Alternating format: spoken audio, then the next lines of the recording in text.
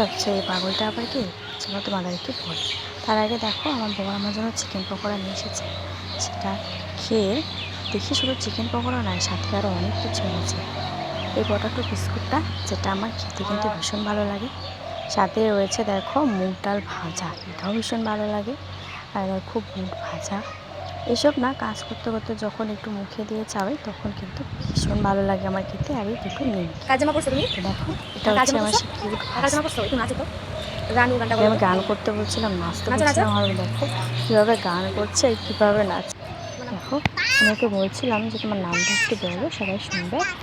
ও কীভাবে ওর নামটা বলছে দেখো, শুধু দাস বলছে কিন্তু ওর নামটা কিন্তু বলছে না।